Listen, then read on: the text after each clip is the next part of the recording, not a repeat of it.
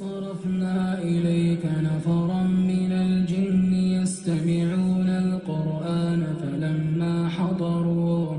فلما حضروه قالوا أنصتوا فلما قضي ولوا إلى قومهم منذرين قالوا يا قومنا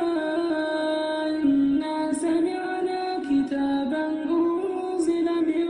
بعد موسى مصدقا لما بين يديه يهدي إلى الحق وإلى طريق مستقيم